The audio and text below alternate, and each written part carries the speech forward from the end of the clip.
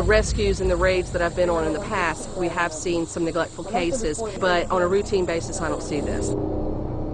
Fecal matter and the urine and just the lack of cleanliness in the area. Right now we're in Carrier, Mississippi, assisting the Sheriff's Office with the seizure of approximately 120 animals. The animals are going to be removed from the property and taken to the emergency shelter. It's going to start shortly. Our teams are now moving in.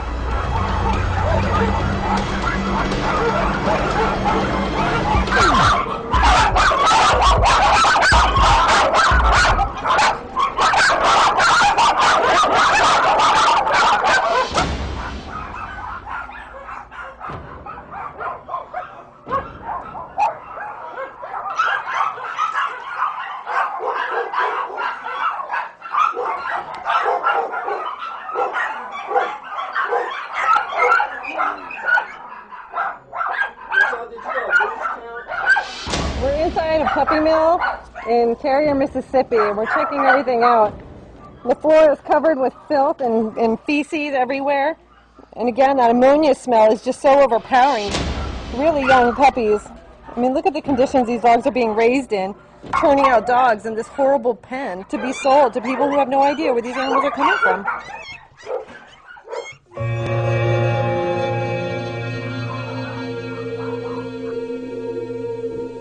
This puppy was found inside of this crate dead.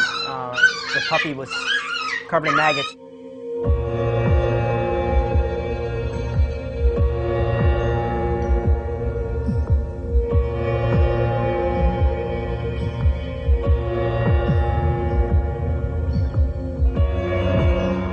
You know, some of them you can look in their eyes and they're terrified, but once you get them in your arms, you see that they actually trust you, and they're taking in their first breath in the outdoors, and it's a great sight to see that they're actually coming out of this place where we're having a hard time breathing.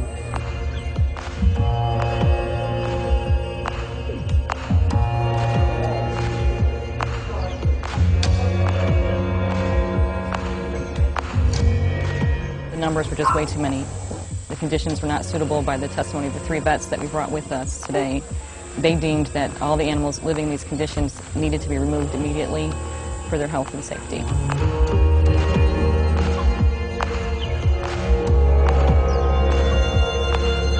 This one in particular has got such severe matting that it's actually twisting and pinching the skin up in a twisting fashion.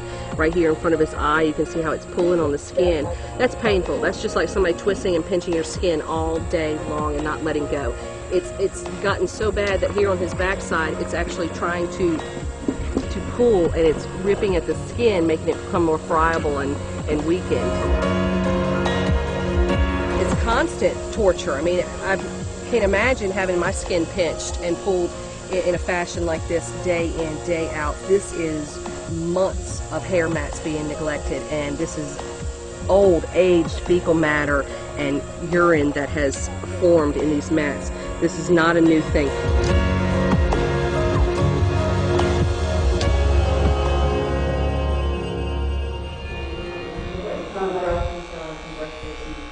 Puppy's underneath his neck. Look at that.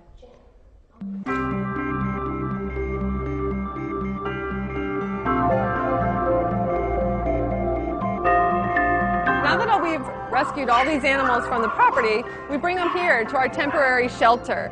So these animals are finally getting a clean place to sleep and some fresh water. And tomorrow, veterinarians will be examining every single one of them to make sure that any issues are addressed before they are sent to the shelters we're working with, who will place them in new adoptive homes.